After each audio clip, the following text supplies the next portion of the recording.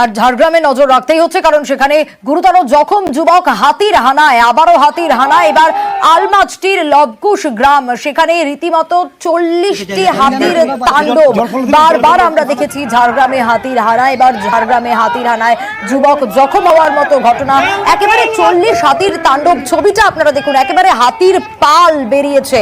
আর সেই জায়গাতে হাতি দেখতে কিন্তু গ্রামবাসীদের ভিড়, কিন্তু এই যুবক যে জখম হয়েছে তার অবস্থা কিরকম, কিভাবে এই ঘটনা ঘটলো, রাজুর কাছ থেকে জানবো। রাজু, কিভাবে এই ঘটনা, আগে যে যুবক জখম হয়েছে কেমন রয়েছেন তিনি?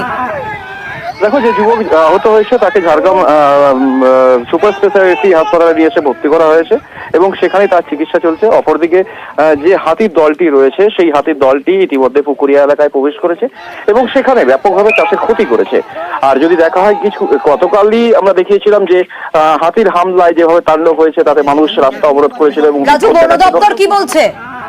দেখো, বন দপ্তরের তরফ থেকে বলা হচ্ছে যে হাতিগুলো যেখানে যেখানে রয়েছে সেখানে বিশেষ নজরদারি চালানো হচ্ছে এবং যাতে এই এলাকা থেকে হাতিগুলোকে অন্যত্র সরানো যায় তার একটা ব্যবস্থা করা হচ্ছে। কারণ মূলত জঙ্গল যেভাবে ধ্বংস হয়ে গেছে বা জঙ্গল যেভাবে চুরি হচ্ছে, সেক্ষেত্রে সেই ঠেকা এখন বন দপ্তর ব্যস্ত। আর সেই জায়গায় হাতি একটা কারণ হয়ে দাঁড়িয়েছে, কারণ হাতি জঙ্গল থেকে বেরিয়ে লোকালয়ে প্রবেশ করছে। সেক্ষেত্রে সেই জায়গায় বনকর্মী কম থাকার কারণে একটা সমস্যা তো বন দপ্তরকে পড়তেই হচ্ছে। তার উপর আবার এই হাতির যেভাবে ক্ষতি করছে এবং মানুষ আহত হচ্ছে, সেই জায়গা থেকে বন দপ্তরের তরফ থেকে একটা তৎপর ব্যবস্থা নেওয়া হচ্ছে এবং যাতে সেই এলাকাগুলোতে মানুষের ক্ষয়ক্ষতি বা মানুষের প্রাণ নাশ না হয় তার জন্য বন দপ্তর নিজেদের তরফ থেকে মাইকিং করছেন এবং সেখানে বিশেষ নজরদারি চালাচ্ছেন হাতিগুলোকে সরাবার জন্য।